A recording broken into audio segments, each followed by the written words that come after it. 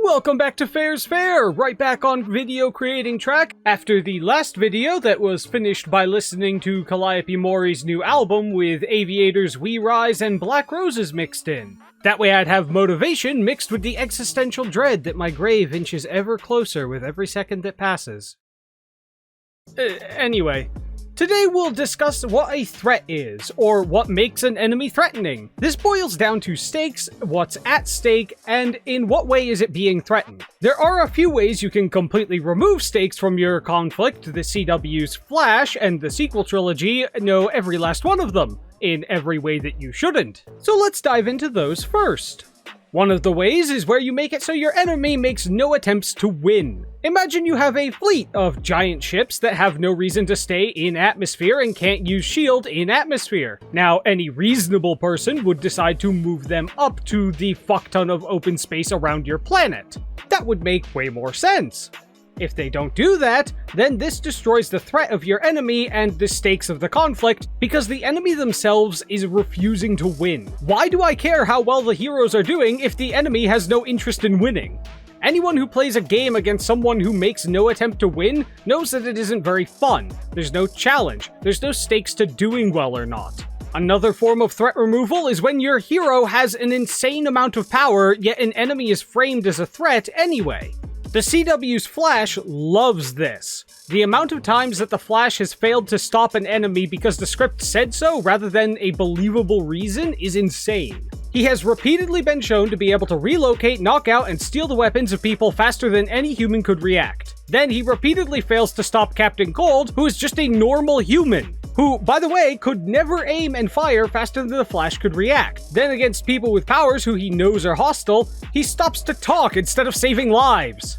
Madvocate suffered through several seasons of The Flash and came to a similar conclusion. Don't stop to talk, don't stop to talk, don't stop to talk, don't stop to talk, don't stop to Looking talk. for this? Fuck you, you insufferable, brain-dead moron. As much as I want to see him do every season of that show, I wouldn't want someone to cause themselves that kind of mental harm. This kind of reaction can only be explained in show as an active choice by the hero. He's been shown to have the speed, power, intelligence, and ability to react under pressure to deal with issues, yet doesn't. From a meta-analysis, we know it's because the writer lacked the ability to get any of the payoffs they wanted, so they just said it happened instead of making it make sense. Which isn't always a movie-killing thing. No one's perfect. And obvious exceptions if the threat of the enemy is not so much the problem as it is something else related to them. One Punch Man never has a threat from any of his enemies, but there are stakes in his conflicts. It's just that the enemies he's fighting are not necessarily the conflict of his show. But back to The Flash, if your whole script is just that, then no. You're bad at writing. Go learn. Despite knowing this, the only in-universe explanation for the hero's actions is that they did not want to win or chose through their own arrogance, that they never learned from, to lose. They just aren't a character after that anymore. Regardless of the hero or villain aspect of it, there's again an uncountable number of ways to remove stakes or obfuscate the threat or conflict. One of my favorite is just making it completely unclear what the odds are. Make no numbers matter. What you see on screen means nothing. Palpatine is dead? Lamau, nah, he's fine. The entire Dothraki horde died to the White Walkers? Nah, they're right there, didn't you see them? 11 Scorpion ballistas can ward off one dragon? Well, hundreds of them are no match for her one dragon. How big is the Gold Company? 20,000 men, is it? Ah, well, let me see here. 1, 2, 3 times the other number. Ah, you appear to have not that number. As for horses... Horses? 2,000. I count 1. I'm not a mathematician, but is it possible you've miscounted? But fuck it, I guess. Nothing you see, hear, or know from life matters. You're an infant, a dumb consumer. Shut up, open your eyes, and accept the runoff bile we've shoveled into the vague shape of a piece of media. If you obfuscate in this way, there could be two powers clashing with no way of knowing who has an edge. Person A has a sesquipedalian spurter ship, and Person B has a Calipigian devourer. Who wins? Who knows? Neither? Both? Will Person A survive longer if he thinks about dead puppies? There's no stakes in this fight, and when they clash and it results in twin escape pods, we have no idea to know if either of them did good or bad. Person A may have performed well, but Person B could have been phoning it in and faked the reactor overload. Now what do? Trapped in space, 2 escape pods well into debt, and Person B complains about the state of their ship and how they never wanted to fight anyway, but Person B was the one who said they didn't need shields, so now they've got escape pods. Not sure what they want Person A to do about it now. What were we talking about? Oh, right, stakes and threats. Now, we're talking about tangible threats in here. Stakes can be personal and can get into movies that have conflict without violence, such as romance and drama stories. But that's not the vid, so we won't be addressing that. But a proper threat to your hero has to have advantages that help them and disadvantages that don't lend to easy defeat of the heroes. The people from The Flash that had true power include other speedsters. They can move as fast as him or faster, therefore his superpower is essentially negated, so he'll have to find a workaround. A little uncreative that the workaround is usually just be faster still, but, you know, whatever. People he can't touch. The man made of sand and the one made of tar, the one that turns shit to ash on contact. He can't knock them out or relocate them, they just morph around his hands. No amount of speed lets him grab all the sand, and the tar would stick to him and burn. Large enemies also are a problem. King Shark and other large enemies can't be directly fought. He can outpace them and get things out of their way, but he can't affect them in any real way on his own. Leaving the Flash, the first Iron Man. Ironmonger was stronger and more powerful, but Iron Man was more agile and Tony knew more about the technology. You had a great idea, Tony, but my suit is more advanced in every way. How'd you solve the icing problem? Icing problem. Might want to look into it. This looks important.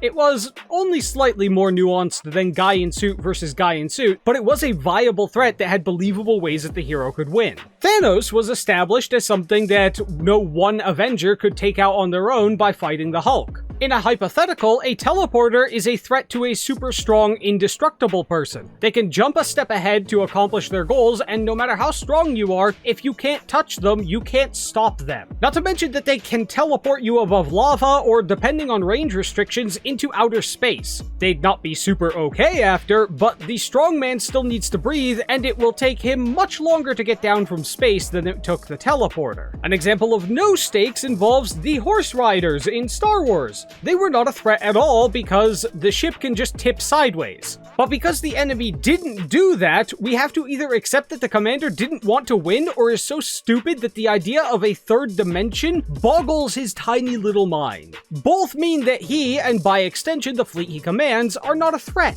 which destroys any stakes and invalidates the conflict. Thus, if the solution is obvious via the world, then characters are harmed by not using the obvious. Remember, videos are a visual medium too, so if you display a solution in the same shot that you have a problem, then they should use the solution. Like imagine if you had to tunnel through Red Skull's hemorrhoids to get to a particular planet, but then had all your establishing shots show that it was surrounded 99.9% by literally fuck all. Imagine if you had someone with a lit fuse and there was a tub of water there to dunk it in. If they don't at least try to douse the fuse with water, then the threat of the bomb kinda goes away because you know it's only a threat because the writer needed it to be. Movies are a visual medium. What you put on the screen is part of the story.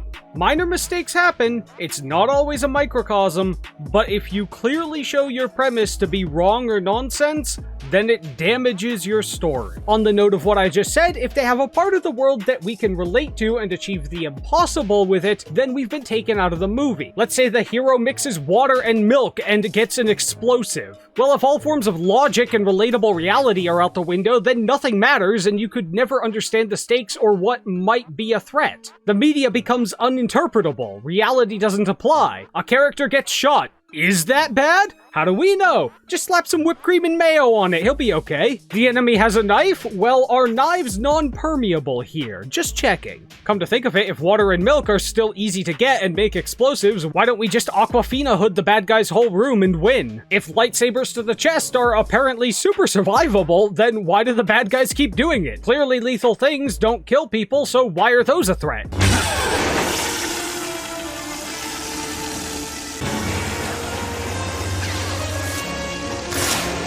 Yeah, Yeah, that looks survivable. I could survive that.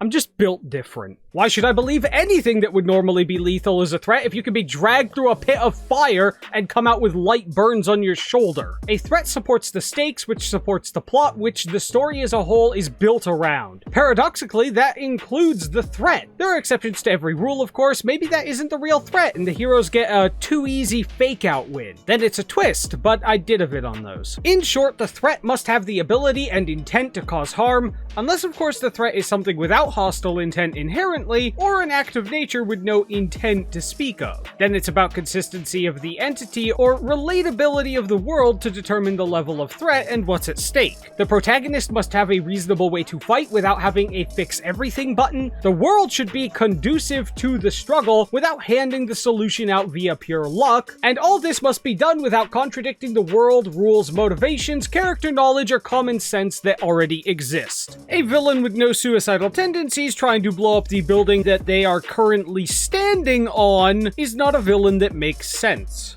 So tell me, what are some of your favorite similar threats, like Iron Man / Monger, or unequal matchups that have varying or counter skills / numbers? Let me know in the comments, as this is the last of the pre-listed videos from the Twitter poll, and please like, share, subscribe, and click that little bell because apparently your subscription doesn't matter unless you do that. And follow me on Twitter, or else I'll fill the escape pods with water and milk, and I'm not even exactly sure what I threatened there, but if something being an actual threat doesn't seem reasonable to you in order for it to be threatening, then you too can go to the comments and be entertainingly angry.